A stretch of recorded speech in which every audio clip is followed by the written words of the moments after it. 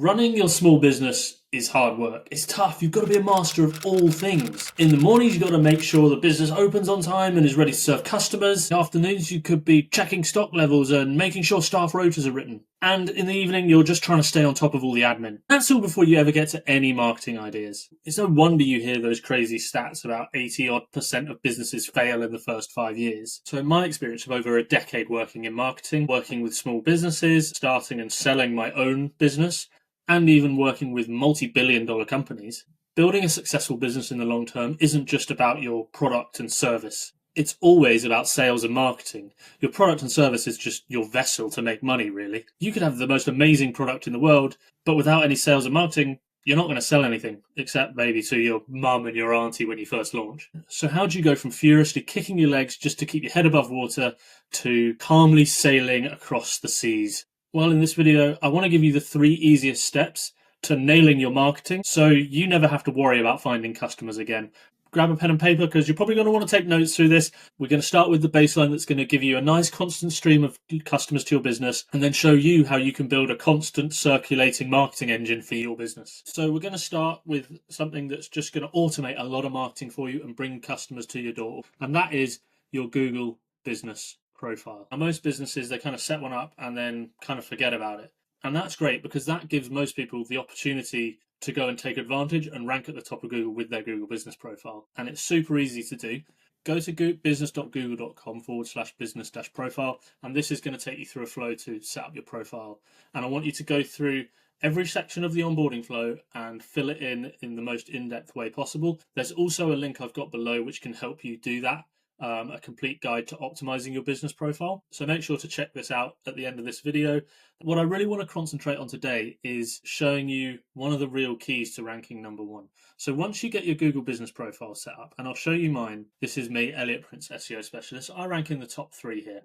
Now, I'm in position 3, but ideally I want to get to position 1. Now, most people don't even rank in the top 3. So once you get set up and optimized, there's one core thing that you need to be focusing on, and that's getting 5-star reviews for your business. 90% of the time, if you go out and get the highest reviewed business on your Google business profile, you're going to come in the top 3 and you're going to come in the top. You can see here in this listing, I've got 5 5-stars. The person above has got 7. The top listing has got 8 5-star reviews. That's not really that many. I can go out and pick up the phone, and I will do this later, go out and pick up the phone and get 4 more reviews and be the best reviewed business in my area for my local SEO services. Easy. Most businesses can do this. You might need 10, you might need 50, but very quickly, if you open your phone book and go and ask everyone you know to leave you a 5-star review and every customer you have, you're very quickly going to rack up the reviews. You can even go into your profile and click this little get more reviews link, and it's going to give you a link that you can share directly with your customers. So if you're sleeping on your Google business profile,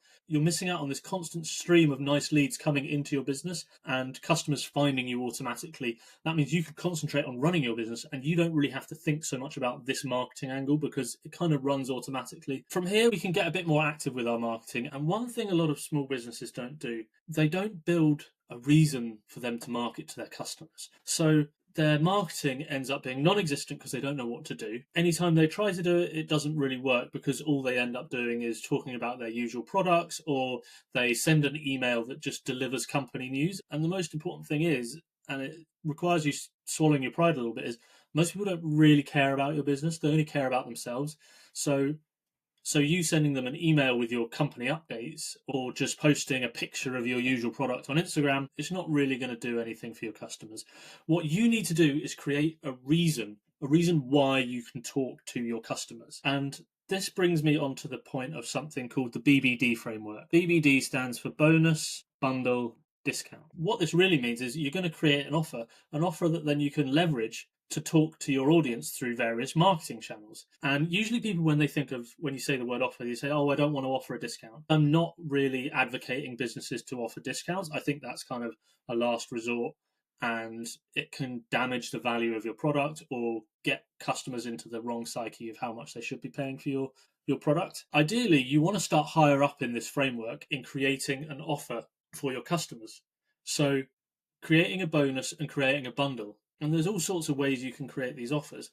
Ideally, you want to tie them to a particular reason why or a particular theme. Usually that's seasonal. This is why we have so many supposed holidays now. We have Valentine's Day, we have Mother's Day, we have Christmas, we have Halloween. All these sort of ideas have been jumped on by marketers because it gives them a reason to create a bundle or a bonus or a discount that they can then talk to and market and sell to their customers, right?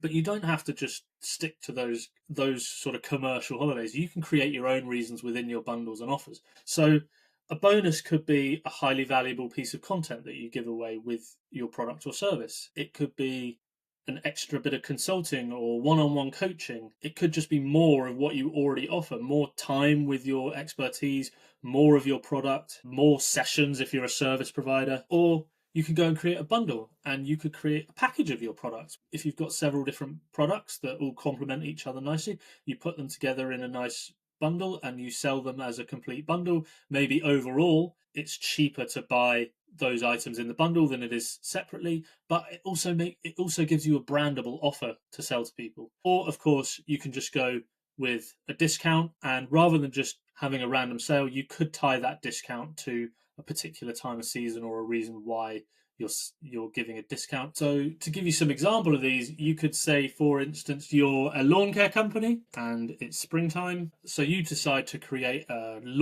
spring lawn care revival package, and it includes all the important things from tidying up a garden, mowing, aeration, seeding, all that sort of thing that you might do to get a perfect lawn. And it just so happens that it comes out at 15% less than if someone was to order those services all individually for your company. Now you've got a great package that you can go out and market and sell to customers, and give them a reason, give yourself a reason, and give them a reason to get excited about spring. You can start creating more and more content about spring, which also lead down to this offer, and it just gives you something different to talk about to your customers. There's all sorts of things you could do. You could do a plumber in November. Plumber in November could give a free pipe inspection during boiler servicing. They're adding an extra bonus to their service. So when you go around to service boilers, you go and check all the outdoor pipes and any exposed pipes that might be exposed to potential freezing and cracks during the winter. A useful service for people. You actually see car dealerships do this all the time, as sort of a winter checkup, and they check all the winter things and they refill a few bits and stuff like that. A lot of people might not really need that, but it gives them peace of mind that they're not going to break down in the cold, and you can start creating content around when you're out driving and get them breaking down in the winter. Or maybe you're a personal trainer who could be targeting potential wedding brides just 8 weeks before wedding season or something like that. So you don't just offer personal training services for bride, you offer a wedding ready package that also includes a free or a bundled up diet analysis and nutrition guide to help them achieve their goals before their wedding. So you could create a nice wedding ready package. Again, creating these sort of offers gives you not just actually a reason to talk and promote to your customers in your area, it gives you a reason to start creating other content around this, whether that's entertainment or tips and tricks or education, that all eventually will funnel back into these offers that you're creating once a month, even once a week, or every time a season changes. You can start creating these different offers to just give yourself a reason to market to your customers. This can work for any business. You could be a photographer in January and people want to make big changes for the year and they decide they're finally going to go and start that dream business or something like that. So you offer a business starter package that's headshots, social media profiles, product photos, all this to sort of tie into the new year, new me, big goal setting that people have at that time of year. So that brings me on to the final step. So we've created the sort of, I guess, that baseline of showing up locally on Google to capture that steady stream of searches. Next, we've talked about creating offers that give you a reason why you can market and talk to your customers. The third step in your plan is where are you going to market to? Well, now you've got your offer, you can start targeting those sorts of people. If you're a small local business, this step becomes easier. Now you've got a reason to talk to customers. You can go into local Facebook groups and let people know what you're offering. You can start writing email campaigns, and instead of them just being boring sort of company news updates, you can start tailoring them much easier around your offer. It's much easier to create interesting content when you're talking to a specific avatar, like men who want to create a perfect lawn in the spring, for example. You can start giving out many more tips and tricks, all that lead back into your spring lawn revival offer, for example. You can obviously start posting on all your social media, again, drawing to this same narrative that you're that your offer is linked to. You can start running paid ads, which again have a much more clear message, and you can even create specific pages on your website tailored to these offers and bundles that you're selling. They're going to have a much higher conversion rate than just trying to run paid ads to your random service, to your homepage, which isn't really talking to a specific audience or problem area. You could even start collaborating with complementary businesses or websites or content creators, influencers, and that sort of thing. If you're the personal trainer offering nutrition plans, you could partner with the local health food store to expand your marketing audience and find new audience, or jump on audiences of other people. Or you could even do something a bit more old-fashioned, get some flyers printed, start putting them in letterbox of your local neighborhood. Now you have this framework of, okay, I've got an offer, it's got a particular theme or a particular time of year it's targeting. It then gives you those reasons to go and start promoting and talking and creating surrounding content around that offer.